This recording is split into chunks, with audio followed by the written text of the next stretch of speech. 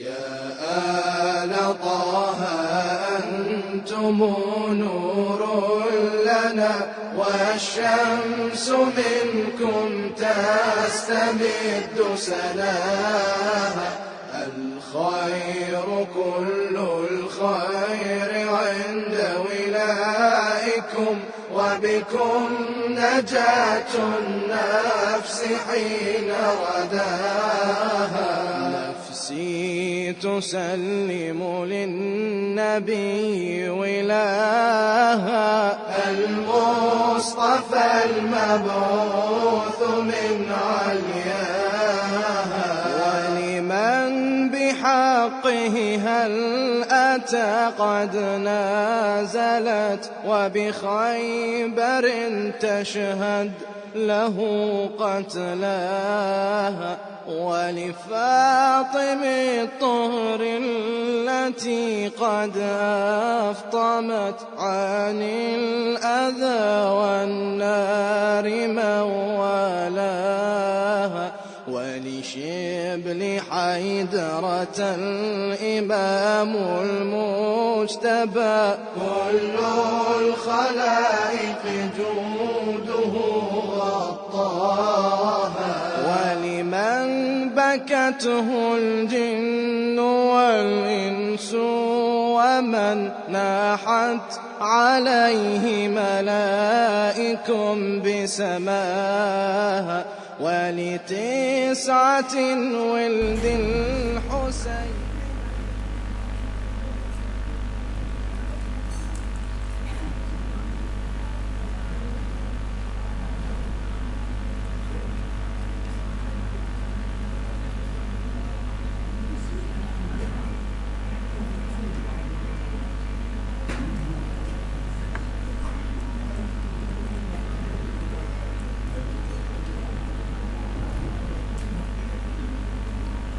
صلوا على محمد وآل محمد. اللهم صل على محمد وآل محمد. اللهم صل على محمد وآل محمد. اللهم صل على محمد وآل محمد.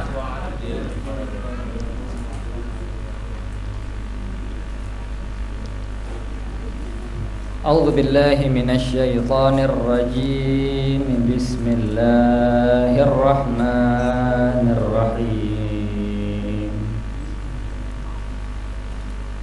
والصلاة والسلام على أشرف الخلق وأزكى الأنام محمد المصطفى وعلي المرتضى وآلهما الأطهار النجباء. ولا سيما ختم نورهم الإمام المهدي. أرواحنا وأرواح العالمين لتراب مقدمه الفداء. واللعن الدائم على أعدائهم منكري حقهم لعنا لا ينقضي أبدا. صلى الله عليه صلى الله عليك سيدي ومولاي يا أبا عبد الله.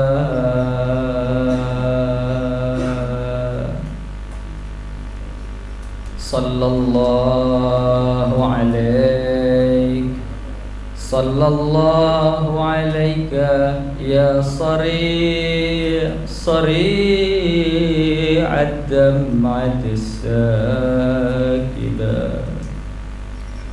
ويا صاحب المصيبة الراتبة. حبيبي يا حسين Habibi ya Husain. Marilah kita sebut Al-Husain dengan sebutan kekasih, dengan berharap beliau berkenan menganggap kita sebagai kekasihnya bersama-sama. Habibi ya Husain, Habibi.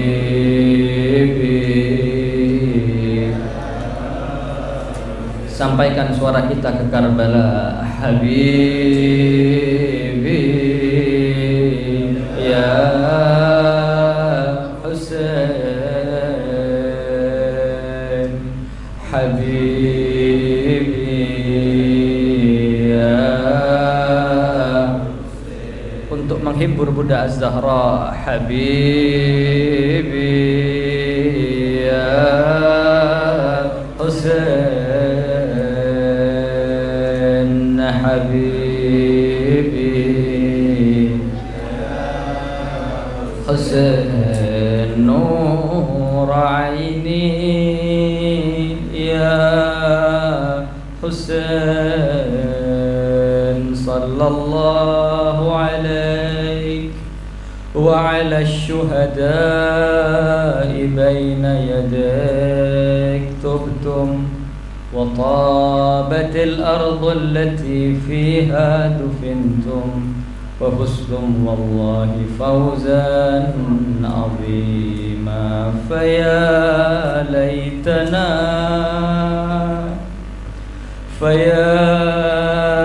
laytana kunna ma'akum fanafuza wallahi fawzan azima. Dzakal muna law anna dzalika yahsalu. Assalamu ala al-Husain wa ala Ali ibn wa ala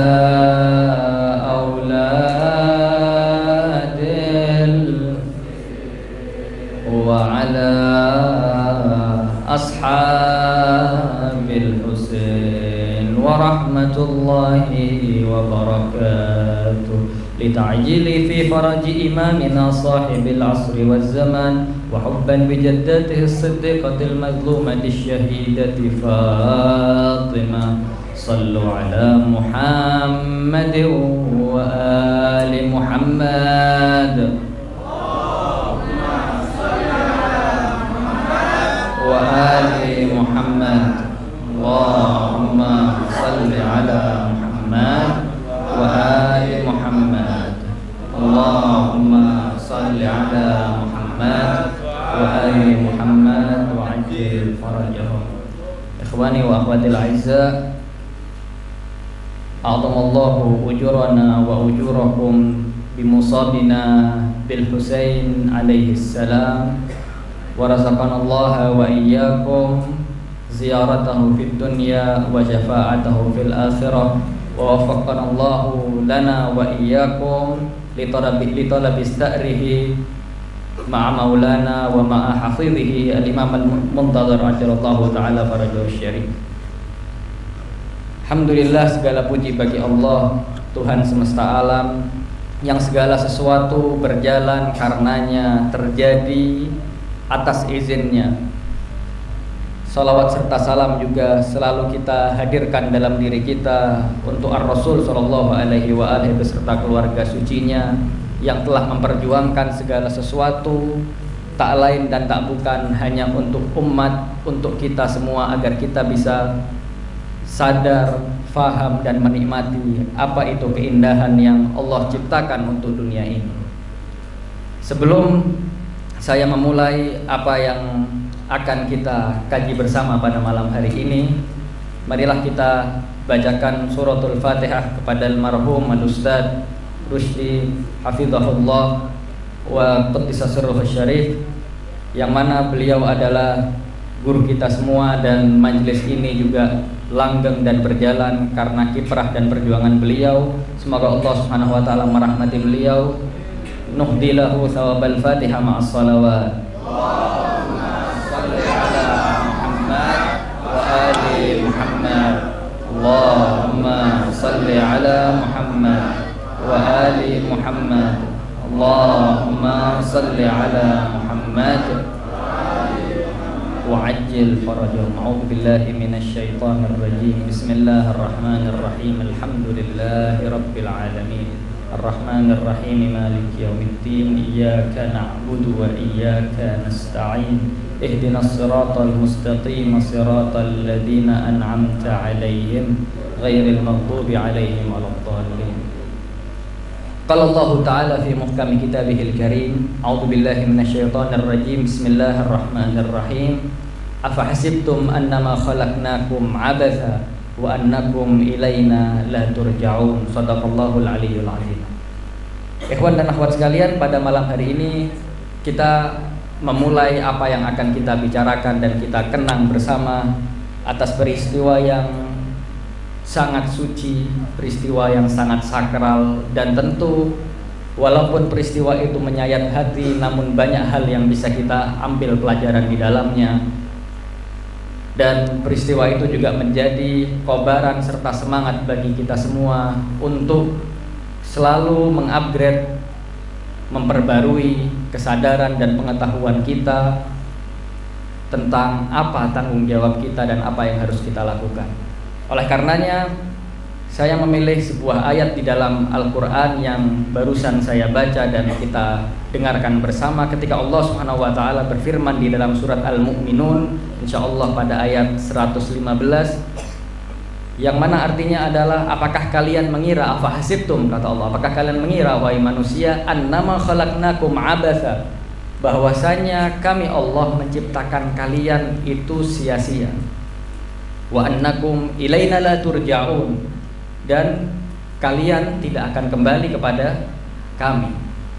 Di sini Allah Subhanahu wa taala menegaskan tentang sesuatu yang perlu kita renungkan, yang mana Al-Quran adalah kitab yang luar biasa.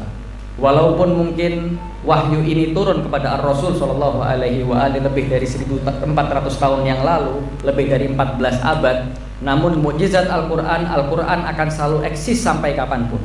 Tidak ada fase dalam dunia ini atau zaman ini di mana Al-Quran kehilangan kredibilitasnya. Al-Quran sudah kehilangan fungsinya atau tidak dapat kita fungsikan kembali.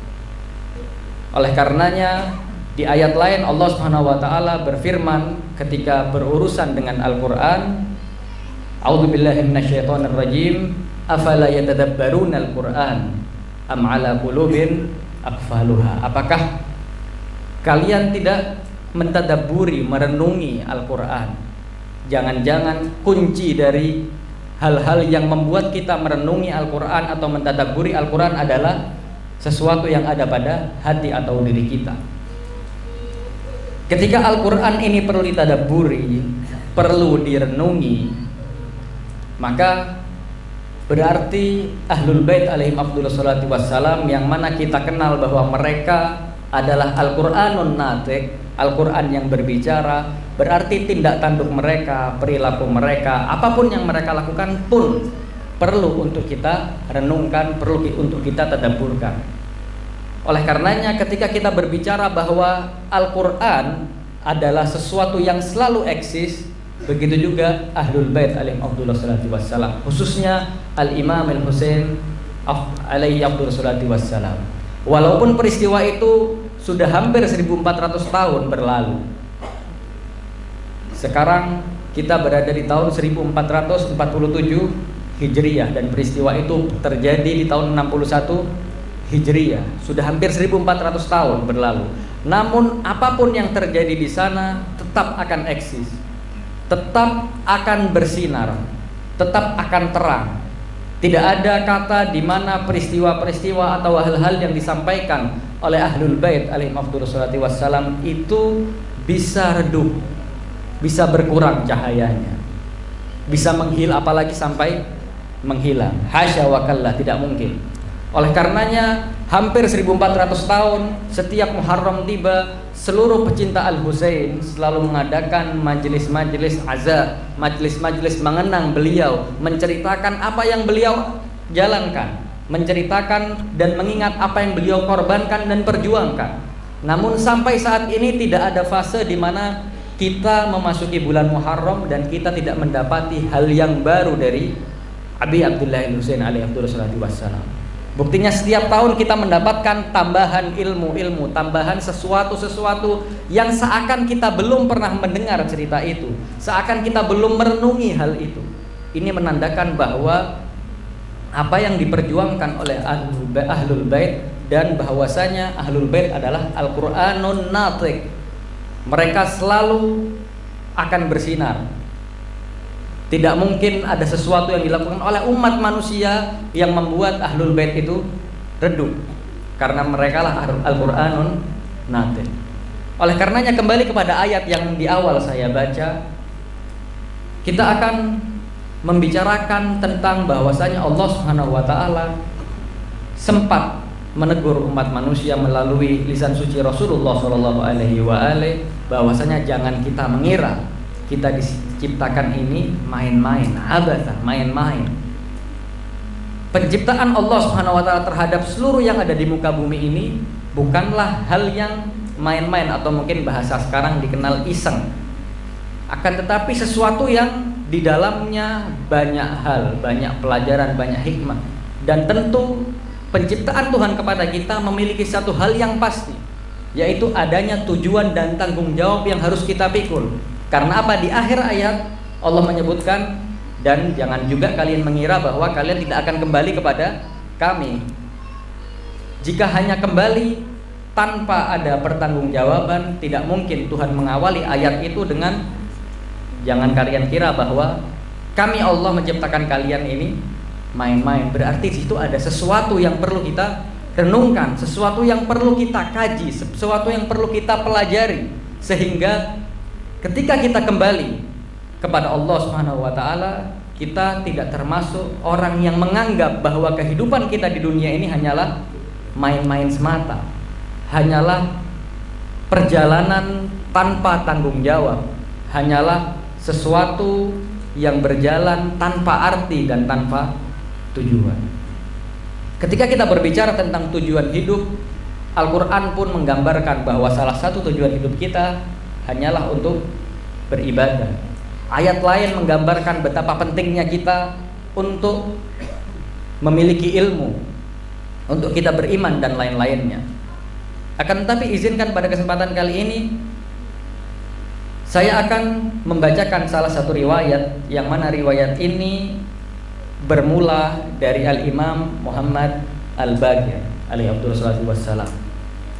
Di salah satu kesempatan beliau mengungkapkan sebuah ungkapan yang luar biasa tentang hal yang mungkin bisa kita pahami sebagai sesuatu yang Allah inginkan untuk kita melakukannya, sesuatu yang Allah berharap kita orang umat yang diciptakan bisa menyadarinya. Beliau berkata, la wallahi. Jadi di awal beliau sudah memberikan statement dengan huruf qasam, la wallahi, demi Allah tidak. Ini menandakan bahwa sesuatu ini sangat penting. Kalau mungkin di antara kita mungkin bersumpah atau memberikan perkataan di atas nama Allah sebelum kita mengungkapkan sesuatu, terkadang mungkin kita masih luput. Tapi ini adalah Al-Imam Muhammad Al-Baqir alaihi wassalam. Beliau berkata, membuka perkataannya, la wallahi ma aradallahu ta'ala minan nas illa khislatain. Allah ini tidak menginginkan dari manusia kecuali dua perkara, dua hal. Jadi yang Allah inginkan untuk kita lakukan atau kita sadari itu hanya dua hal, tidak keluar dari dua hal ini. Yang pertama, ayyukirru lahu bin ni'am fayaziduhu. Yang pertama, untuk mengakui dan menyadari tentang nikmat-nikmat yang telah Allah berikan kepada manusia. Agar apa? Agar Allah menambah nikmatnya. Di Al-Quran jelas hal ini diungkapkan dalam surat Ibrahim, tidak salah, ketika Allah berfirman, a'udzubillahi minasyaitonirrajim, wa ista'adzana rabbukum la in syakartum la azidannakum. Ketika kalian bersyukur, maka Allah akan menambah. Selanjutnya, wa bizzunubi fayaghfiraha.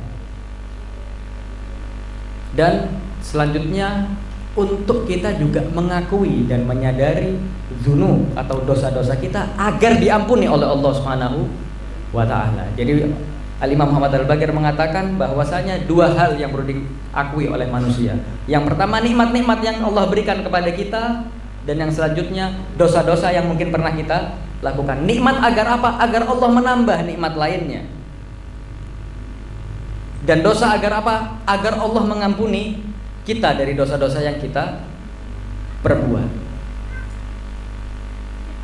Hadis ini diriwayatkan di kitab Al-Kafi juz kedua halaman 426 jika kita ingin mengkajinya lebih lanjut.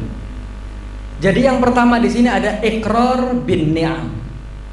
Kita menyadari atau mengakui nikmat-nikmat yang Allah berikan kepada kita. Dan yang kedua adalah iqrar bidzunub. Kita mengakui dan menyadari dosa-dosa yang kita lakukan. Hal ini singkat, hal ini sederhana, namun memiliki banyak makna yang perlu kita ketahui dan kita sadari. Sederhananya, ketika kita melihat di dalam ayat Al-Quran betapa pentingnya atau betapa besarnya nikmat Allah Subhanahu wa taala yang Ia berikan kepada kita sebagai hamba-hambanya. Allah Subhanahu wa taala berfirman dalam salah satu suratnya, a'udzubillahi minasyaitonirrajim, wa in ta'uddu ni'matallahi la tuhsuha. Ketika kalian mencoba untuk menghitung nikmat Allah, di sini pakai kalimat mufrad. Satu nikmat Allah, la tuhsuha. Kalian tidak akan bisa menghitungnya, tidak akan bisa menyelesaikan hitungan nikmat itu. Di ayat ini Allah menggambarkan kepada kita, wahai manusia, seandainya Anda atau kalian ingin menghitung satu nikmatku sampai tuntas, dihitung satu nikmat ini, kalian tidak akan pernah selesai untuk menghitung nikmat itu. Berarti kita ini yang berusaha menghitung nikmat Allah, nggak usah jauh-jauh ya, dari ujung rambut sampai ujung kaki. Kalau kita berusaha ngitung itu mungkin dalam fase kehidupan kita ini kita tidak pernah selesai menghitungnya. Karena apa? Setiap nikmat pasti terkait dengan nikmat lainnya.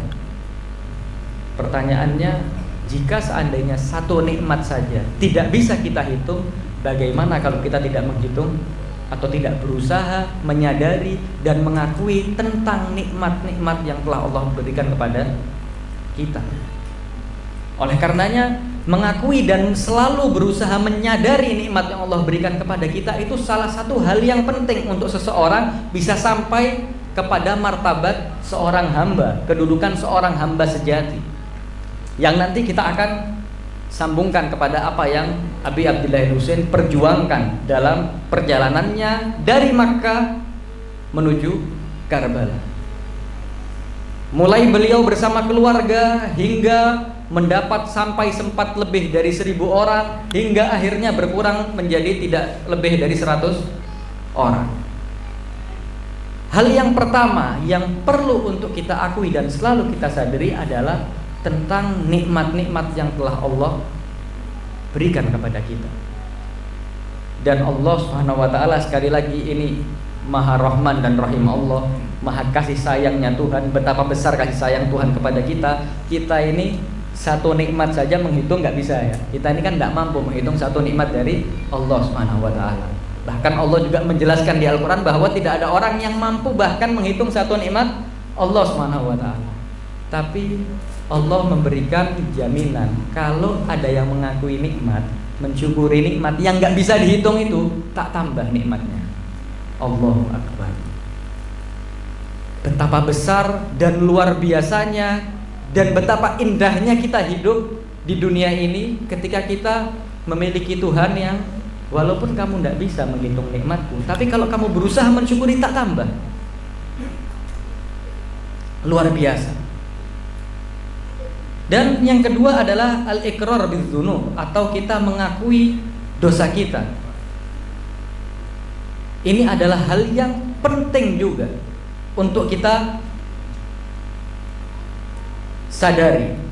Sebelum itu di ayat lain Allah Subhanahu wa taala juga memberikan tanda lagi tentang kebesaran Allah, yang mana ada di surat Al-Baqarah ayat 152 ketika Allah berfirman, a'udzubillahi minasyaitonirrajim, fadhkuruni adzkurkum washkuruli wala takfuru. Ingatlah aku akan mengingat kalian. Allah. Bagaimana ketika kita ada di sebuah keadaan Allah mengingat kita. Yang mengingat kita ini bukan presiden, bukan menteri, bukan siapapun atau raja di raja, tapi yang mengingat kita adalah Allah Subhanahu wa taala. Jalla jalaluh. Kalau kita berbicara tentang keagungan, siapa yang bisa kita bandingkan dengan Allah? Tidak ada. Allah berfirman, fadhkuruni adzkurkum. Ingatlah aku akan mengingat kalian. Washkuruli, bersyukurlah kepadaku. Wala takfurun, janganlah kalian ingkar, janganlah kalian kufur. Di sini ada satu hal yang perlu kita garis bawahi. Walaupun Allah Subhanahu wa taala di satu sisi begitu besarnya memberikan keberlimpahan kepada kita, tapi Allah memberikan warning, jangan sampai kita lalai. Kita yang mungkin memiliki banyak dosa, berlumuran dosa dan kehinaan ini, ketika kita bersyukur kepada Allah tentang nikmat yang tidak bisa kita hitung itu, Allah akan menambahnya. Akan tapi ketika kita tidak mencoba hal itu, maka kita masuk dalam larangan Allah tadi, wala takfurun, berarti kita kufur, kita ingkar terhadap Allah Subhanahu wa taala. Oleh karenanya setidaknya kita harus memiliki usaha untuk mengakui, menyadari, mensyukuri nikmat-nikmat yang telah Allah berikan kepada kita. Khususnya mungkin nikmat al-wilayah kepada Muhammad wa ali Muhammad. Nikmat yang luar biasa. Shallu ala Muhammad wa ali Muhammad. Shalli ala Muhammad wa ali Muhammad. Allahumma shalli ala Muhammad wa ali Muhammad. Allahumma salli ala Muhammad wa ali Muhammad wa ajil farajah.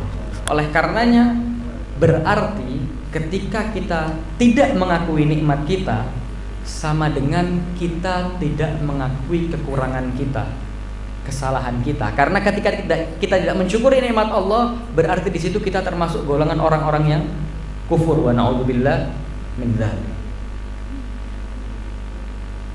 Ketika kita berbicara tentang dosa, salah satu hal yang juga perlu untuk kita akui dan kita sadari, dan hal ini selalu perlu dan penting untuk kita berusaha mengingat dan menyadarinya. Allah Subhanahu wa taala berfirman di surat Az-Zumar ayat 53, ayat yang sangat luar biasa. Allah berfirman, a'udzubillahi minasyaitonirrajim, qul ya ibadiyalladzina asrafu ala anfusihim. Katakan wahai Muhammad, wahai hamba-hambaku yang telah melewati batas atas diri-diri mereka. Qul ya ibadiyalladzina asrafu ala anfusihim. Jadi ketika kita dalam keadaan sudah melewati batas dari diri kita ini, Allah memerintahkan Ar-Rasul sallallahu alaihi wasallam untuk menyampaikan kepada kita semua, la taqnatu mir rahmatillah. Allah, jangan pernah, walaupun kalian sudah berlebihan, kalian sudah kebangetan, jangan pernah berputus asa dari rahmat Allah Subhanahu wa taala.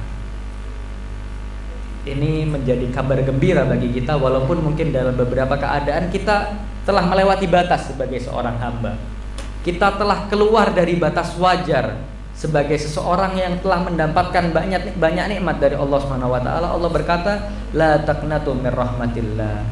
Innallaha yaghfirudz dzunuba jami'a. Sesungguhnya Allah ini mengampuni semua dosa. Segala macam dosa Allah bisa mengampuninya. Innahu huwal ghafurur rahim. Allah adalah Maha Pengampun lagi Maha Pengasih. Oleh karenanya dua hal yang perlu kita akui, ini sesuatu yang sangat sederhana, tapi jangan sampai kita lalai untuk berada di dalam dua keadaan ini.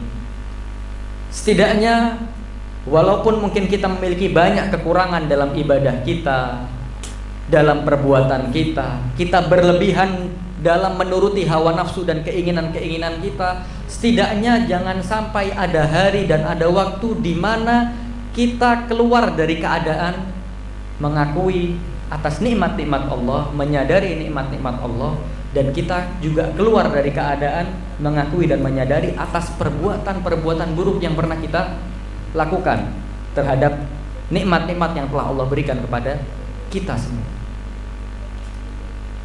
Oleh karenanya ini adalah hal yang sangat mendasar bagi seorang hamba. Untuk seorang hamba benar-benar menyadari betapa butuhnya kita kepada Allah Subhanahu wa taala.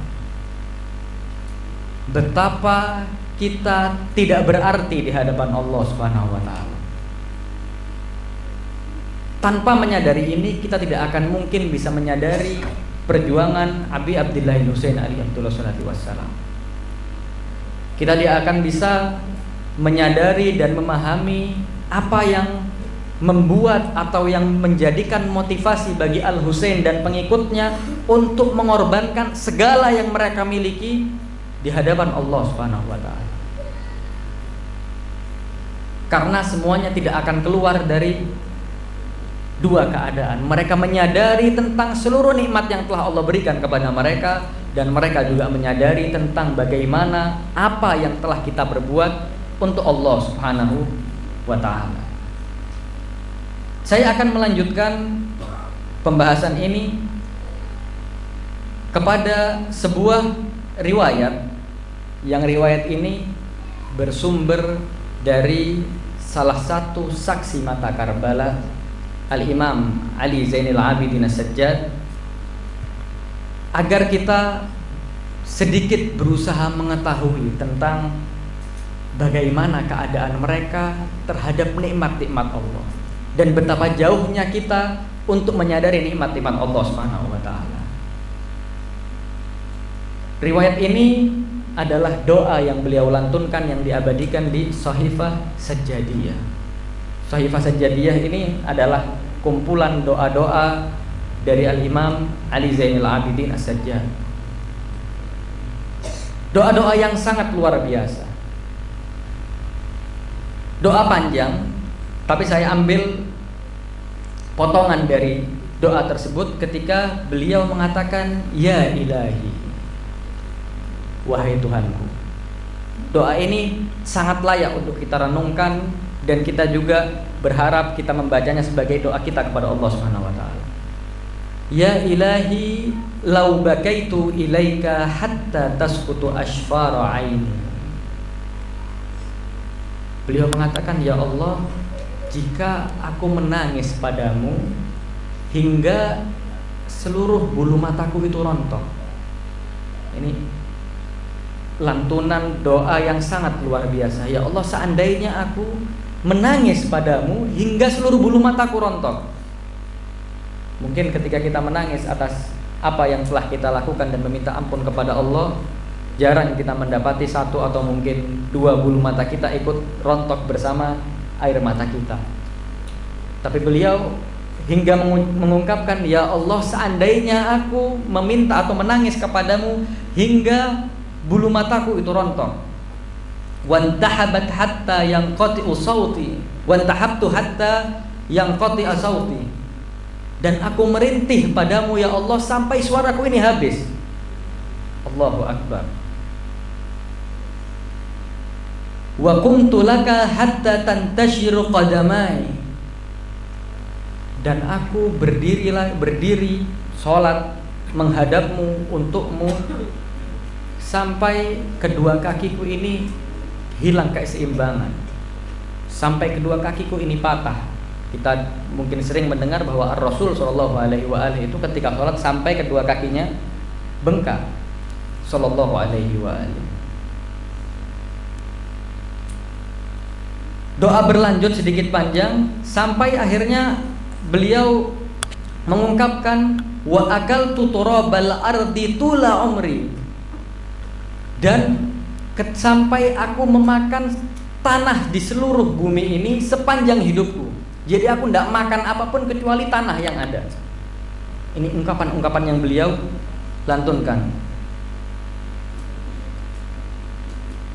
Lalu beliau menutup doanya, wa dzakartuka fi khilali dzalika hatta yakillu lisani, sampai lisanku tidak bisa berkata-kata lagi, aku meminta kepadamu.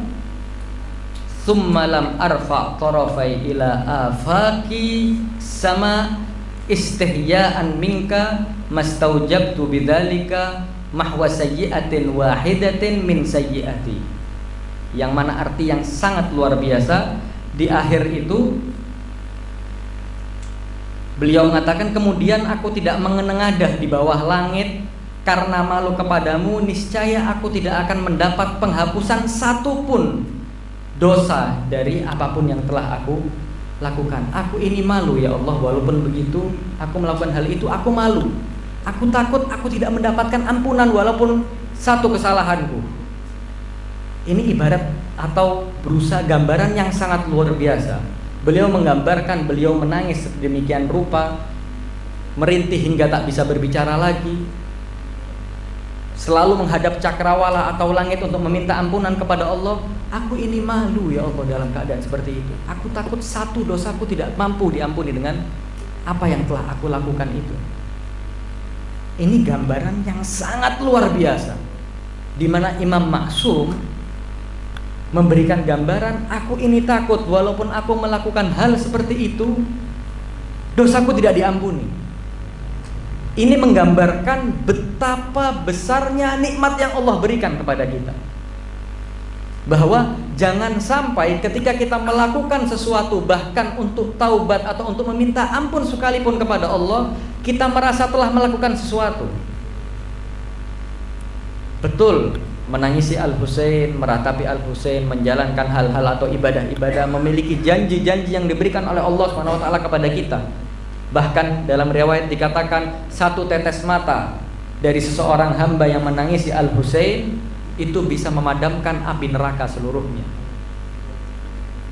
Tapi dari doa yang kita pahami dan kita dengar dari Al-Imam As-Sajjad, Sayyidul Abidin, Zainul Abidin, bahwa jangan pernah kita merasa telah melakukan sesuatu kepada Allah Subhanahu wa taala. Karena jika sesuatu yang kita lakukan itu kita bandingkan dengan apa yang telah Allah berikan kepada kita, tidak ada harganya. Oleh karenanya kita perlu benar-benar memahami dan menyadari sebenarnya di mana posisi kita sebagai seorang hamba. Di mana posisi kita? Sekarang kita akan masuk kepada Abi Abdillah Al-Husain alaihi salatu wassalam. Ketika kita membaca sejarah tentang apa yang beliau jalani dan perjalanan beliau, mulai dari Makkah, ketika mendengar kabar kematian Muawiyah alaihi la'natullah, dan akhirnya ternyata Muawiyah berkhianat dari janji perdamaian yang telah ia jalankan dengan Al-Imam Hasan al-Mujtaba alaihi salatu wassalam, bahwasanya di salah satu kesepakatan janji tersebut Muawiyah tidak bisa menunjuk atau memerintahkan khalifah setelahnya, yang mana ketika Muawiyah meninggal, kekhalifahan akan kembali kepada Al-Imam Hasan al-Mujtaba. Akan tapi ketika Al-Imam Hasan telah meninggal, maka kekhalifahan akan turun kepada adiknya Al-Husain, dan itu kesepakatan yang telah disepakati bersama oleh Muawiyah dan Al-Imam Hasan alaihissalam. Akan tetapi ternyata Muawiyah sebagaimana Muawiyah pasti berkhianat. Ia menunjuk anaknya sebagai pewaris tahta dan putra mahkota untuk melanjutkan kekhilafahan muslimin ketika itu. Al-Husain menolak. Al-Husain dipanggil untuk berbaiat. Satu statement Al-Husain, "Mithli la yubai' mithlah." Orang sepertiku tidak akan membaiat orang sepertimu. Berarti di sini Al-Husain ingin membawa umat ketika itu merenungkan dan memfikirkan. Orang seperti Al-Husain tidak mungkin berbaiat kepada orang seperti Yazid. Agar umat ketika itu berusaha menyadari seperti apa Al-Husain, siapa Al-Husain, seperti apa Yazid, dan siapa Yazid. Hingga akhirnya muncullah statement atau perintah dari Yazid bahwasanya bunuhlah Al-Husain walaupun ia memeluk Ka'bah. Tidak ada pilihan lain kecuali Al-Husain harus meninggalkan Makkah ketika itu. Ribuan surat diterima oleh Al-Husain dari Kufah untuk mengundang beliau menuju Kufah. Perjalanan dimulai. Setiap sampai suatu tempat, Al-Husain selalu mengajak orang-orang untuk bergabung. Bergabunglah bersamaku, bergabunglah bersamaku. Hingga dalam riwayat sempat di satu waktu bahwa ketika itu Al-Husain bersama kurang lebih sekitar 1000 orang. Berarti ada fase sebelum peristiwa ini hanya diperjuangkan oleh tidak sampai 100 orang itu, sempat ada fase di mana Al-Husain telah bersama 1000 orang. Anjir, bagaimana 1000 orang ini bisa rontok dan akhirnya tinggal 100 orang. Ada perjalanan yang terjadi. Perjalanan berlanjut. Al-Husain mengutus Muslim ibn Aqil untuk menjadi utusannya menuju Kufah. Sampailah Muslim ke Kufah. Sambutan yang luar biasa. Belasan ribu orang siap untuk membaiat Al-Husain ketika itu.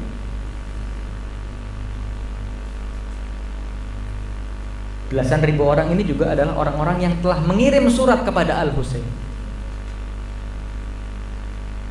Dan ternyata ketika Muslim sampai di sana, benar adanya ada orang-orang yang siap untuk menyambut Al-Husain. Hingga Muslim ketika itu mengirimkan surat kepada Al-Husain, "Ya akhi, datanglah. Wahai imamku, datanglah. Di sini orang-orang menantimu." Ternyata kabar itu benar, surat-surat itu benar adanya. Ada orang-orang yang menantimu. Belasan ribu orang telah bersamaku siap untuk berbaiat kepadamu. Fadhahaba Al-Husain. Al-Husain pun akhirnya berangkat. Dan di sela-sela perjalanan itu Al-Husain sempat bersama 1000 orang juga. Hingga terjadi apa yang terjadi.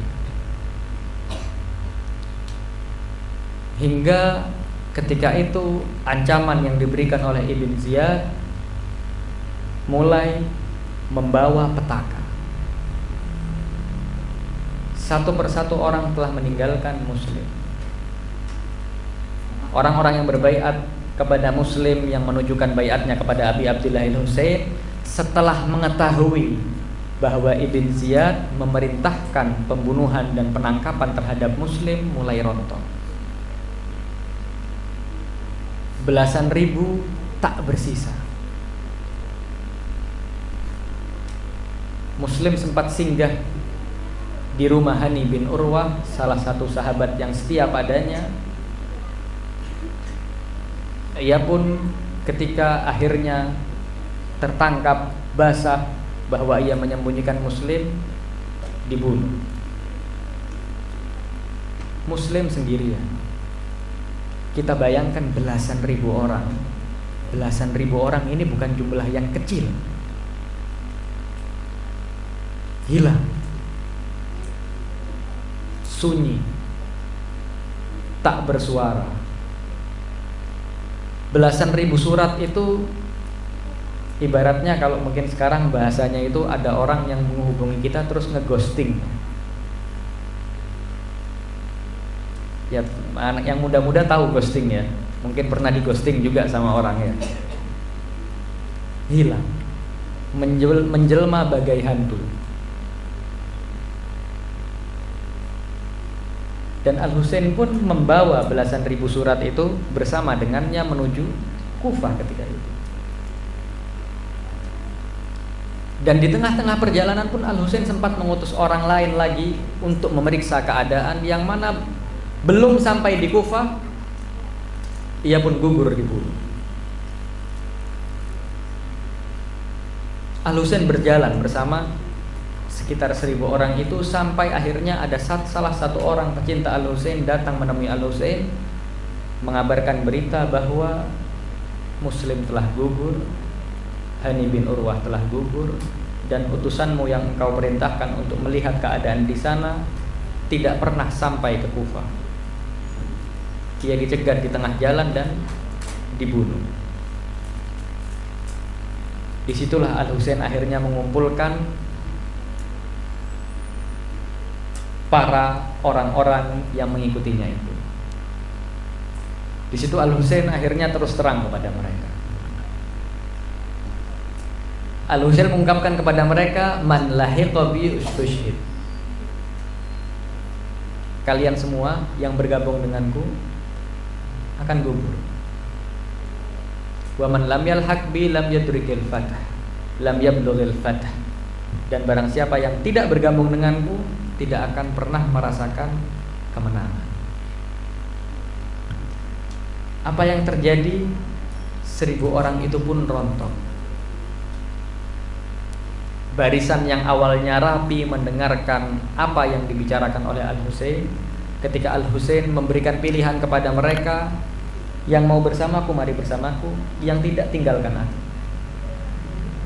Ternyata dari 1000 orang itu mayoritas memilih untuk meninggalkan cucu Rasulullah SAW.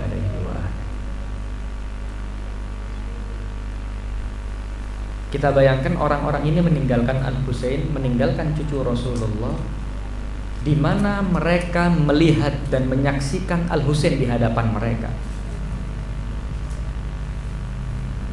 Kita mungkin di setiap majelis-majelis kita selalu mengungkapkan faya laitana kunna ma'akum. Aduhai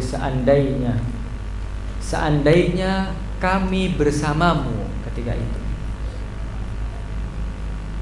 Mungkin ada satu pertanyaan besar yang perlu kita jawab. Jika seandainya ketika itu kita bersama Al-Husain, dan ketika kita bersama Al-Husain itu orang-orang Al-Husain menyampaikan kepada kita bahwa siapa yang bersamaku akan gugur, akan wafat, akan meninggalkan dunia ini, dan yang tidak bersamaku tidak akan mendapatkan kemenangan.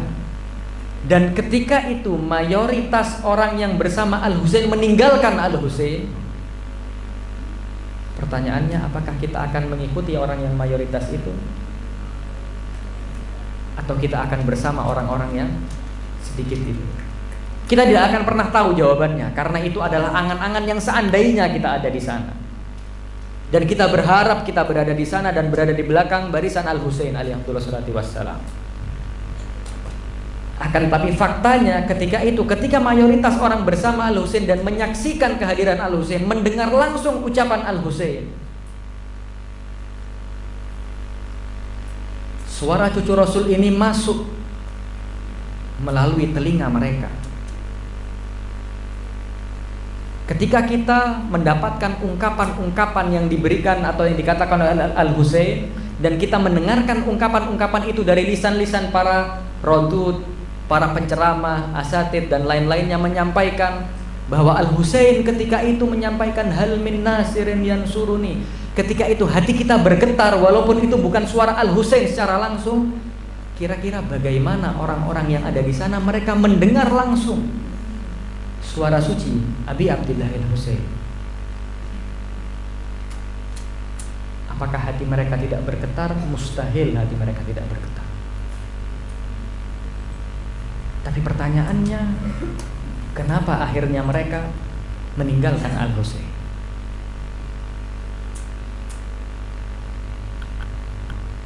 Kita akan kembali kepada apa yang telah kita bahas, bahwasanya ketika kita melihat fakta seperti itu, kita tidak punya jawaban kecuali kita perlu mengakui dan menyadari ternyata mereka tidak menyadari nikmat yang berada di tengah-tengah mereka.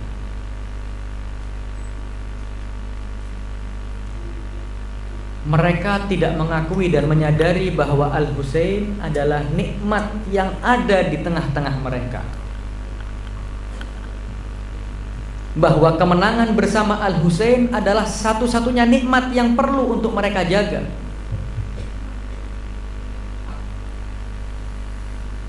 Mereka terpengaruh dengan perlakuan mayoritas orang-orang yang ada. Ketika banyak yang meninggalkan, mereka malu untuk tetap berdiri.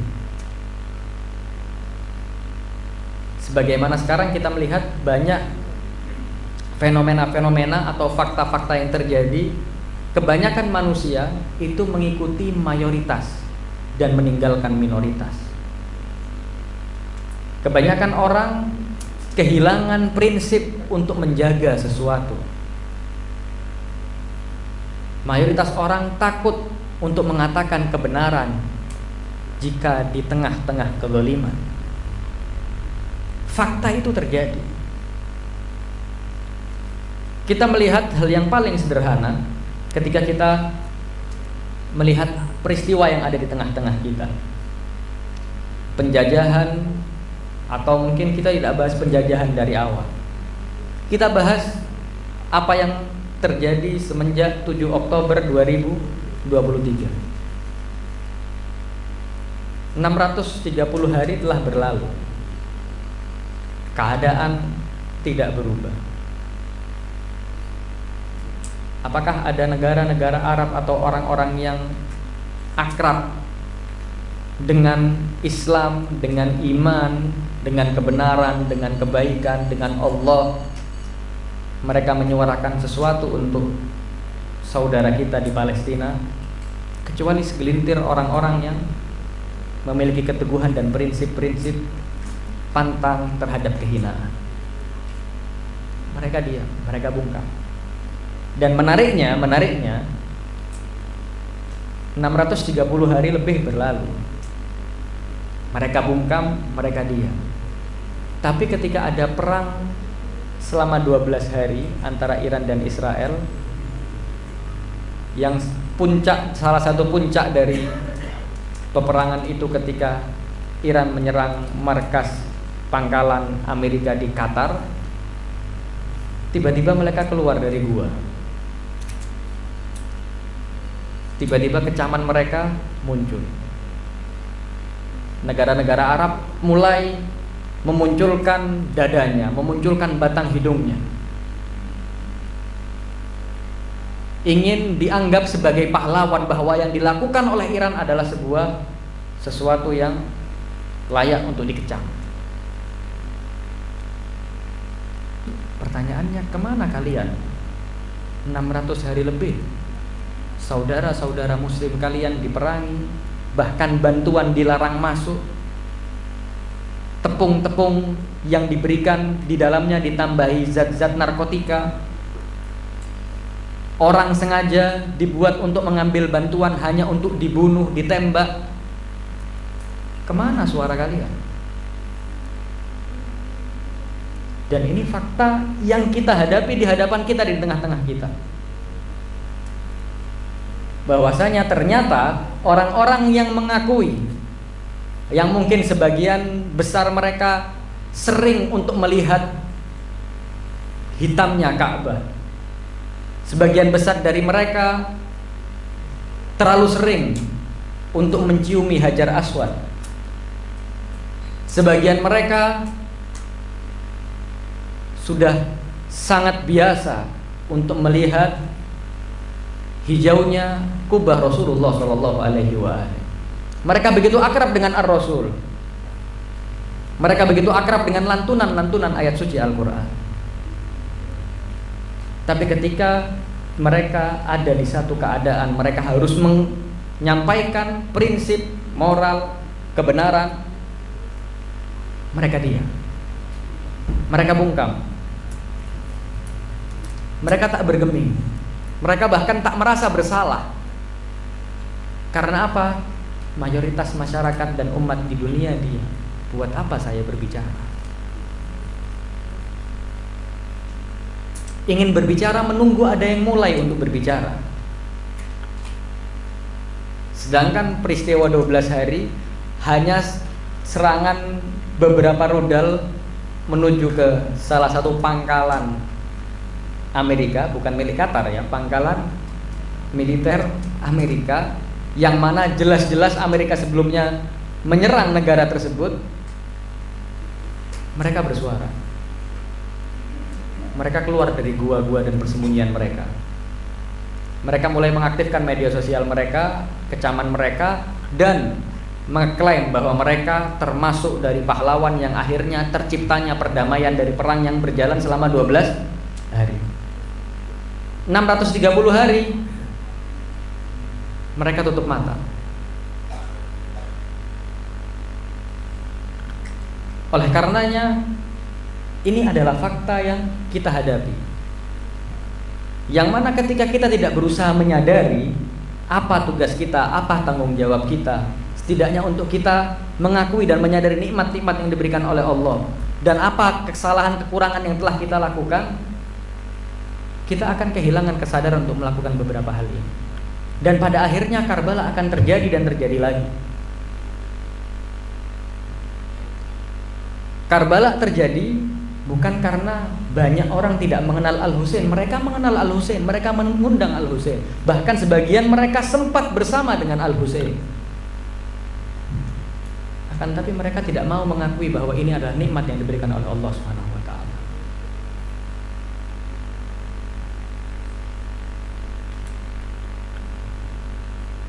Dan ini adalah sesuatu yang perlu kita renungi, kita sadari sebenarnya apa tugas kita, apa tanggung jawab kita, apa yang perlu kita lakukan.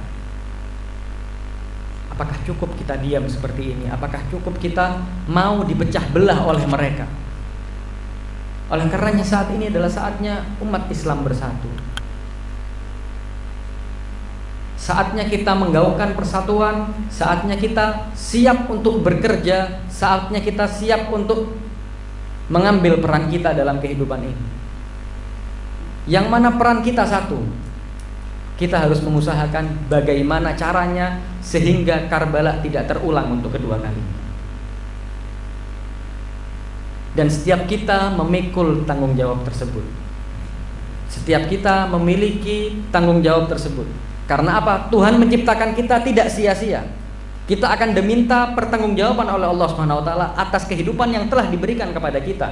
Kita akan dimintai pertanggungjawaban atas nikmat-nikmat yang Allah berikan kepada kita. Dan salah satu nikmat yang paling besar adalah nikmatul wilayah. Nikmat kita mengenal Ahlul Bait, nikmat kita mengenal Al-Husain. Dan kita sadar dan kita tahu bahwa orang-orang yang berani bersuara walaupun mereka minoritas hanyalah orang-orang yang di setiap saatnya, di setiap Muharramnya, bahkan di setiap harinya mereka akrab dengan satu kata. Apa kata itu? Kata itu adalah hayhat min nadzillah. Jauh dari kami kehinaan. Kita pantang untuk hina, kita pantang untuk menjalankan sesuatu karena paksaan. Kita adalah hamba yang diciptakan merdeka. Bahkan untuk sekedar beribadah, Amirul Mukminin Ali bin Abi Thalib alaihi afdhalus wassalam juga mengajarkan kita untuk beribadah karena kita merdeka, bukan karena kita terpaksa. Apa kata beliau? Ma'abadtuka khaufan min narik. Ya Allah, aku tidak menyembahmu karena takut akan nerakamu. Wala tama'an li jannatik, dan juga bukan karena tamak atau ingin mendapatkan surga dan nikmat-nikmatmu setelahnya. walakin wajadtuka ahlan lil ibadah fa'abadtu. Akan tetapi aku melihatmu layak untuk disembah ya Allah, maka aku menyembahmu. Dan fitrah itu ada pada hati kita masing-masing. Kebenaran itu ada pada hati kita masing-masing. Tidak ada dari umat manusia yang tidak mengenal kebenaran. Allah menjelaskan di Al-Quran, wa nafsi wa ma sawwaha fa'alhamaha fujuraha wa taqwaha. Kita telah diilhamkan apa itu fujur, apa itu kekejian, apa itu keburukan, wa taqwaha, apa itu ketakwaan, apa itu kebaikan, apa itu kebenaran. Setidaknya untuk memfikirkan apa yang perlu kita perjuangkan, kita tahu. Apa yang perlu kita jalankan, kita bisa sadar. Bagaimana caranya? Kembali lagi kepada apa yang telah kita bahas. Dan salah satu ayat yang perlu untuk kita ingat, afala yatadabbaruna al-Qur'an am 'ala qulubin aqfaluha. Kita harus gemar merenung. Kita harus gemar untuk introspeksi. Kita harus gemar untuk berkembang. Kita harus gemar untuk berbuat. Kita harus gemar untuk berjuang. Kita tidak boleh diam. Kita tidak boleh duduk manis. Merenung bukan berarti duduk menundukkan kepala, hanya mengingat-ingat.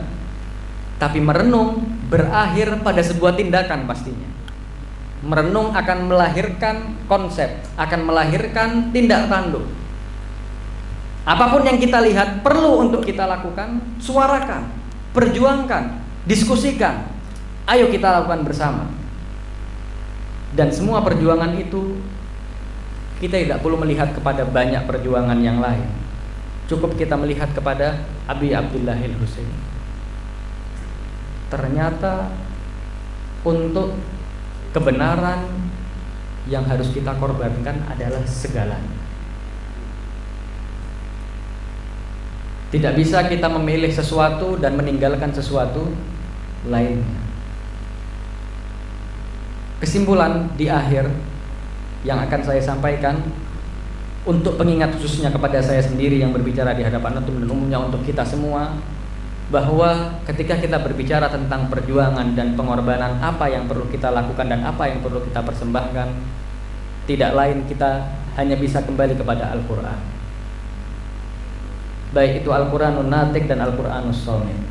Namun Al-Quranus Somit, kitab kita telah menjelaskan banyak konsep dan dipraktekkan oleh Abi Abdillah Husain, di mana Allah Subhanahu wa taala berfirman, A'udzu billahi minasyaitonir rajim. Innallaha ashtara minal mu'minina anfusahum wa amwalahum bi anna lahumul jannah. Shadaqallahul aliyyul azim. Allah Subhanahu wa taala berfirman bahwa Allah ini mau membeli orang-orang mukmin itu. Kita ini, raga kita ini kan diberi oleh Allah, tapi mau dibeli lagi sama Allah. Dibeli dengan surga. Tapi syaratnya satu. Yang pertama anfusahum, harus siap jiwanya dulu, baru wa amwalahum dan lain-lainnya. Jangan kita siap mengorbankan harta kita, usaha kita, tapi kalau urusannya sudah sama jiwa kita meninggalkan. Ketika kita enggan untuk memberikan jiwa kita, berarti kita kurang menyadari bahwasanya jiwa kita ini juga nikmat yang diberikan oleh Allah Subhanahu wa taala. Jiwa kita adalah salah satu yang nikmat yang Allah berikan. Jangankan jiwa, kita merasakan sedih, merasakan senang. Seandainya Allah berkehendak kita tidak bisa merasakan hal itu, ketika Allah berkehendak kita mati rasa, bisa kita merasakan sesuatu? Mustahil. Hasya wa kalla. Semuanya nikmat Allah, semuanya karunia Allah. Oleh karenanya ketika kita menyadari bahwa jiwa kita nikmat Allah, kita menyadari itu adalah bagian dari nikmat yang telah Allah berikan kepada kita. Jangankan dibeli, kalau diminta kita akan kasih. Ini mau dibeli lagi sama Allah Subhanahu wa taala. Oleh karenanya, innallaha ashtara minal mu'minin anfusahum wa amwalahum bi anna lahumul jannah. Shadaqallahul aliyyul azim. Semoga Allah Subhanahu wa taala selalu membuat dan menyenantiasakan nikmatnya kepada kita selalu dalam wilayah, kita selalu dalam kecintaan kepada ahlul bait. Ya muqallibal qulub tsabbit qulubana ala dinik.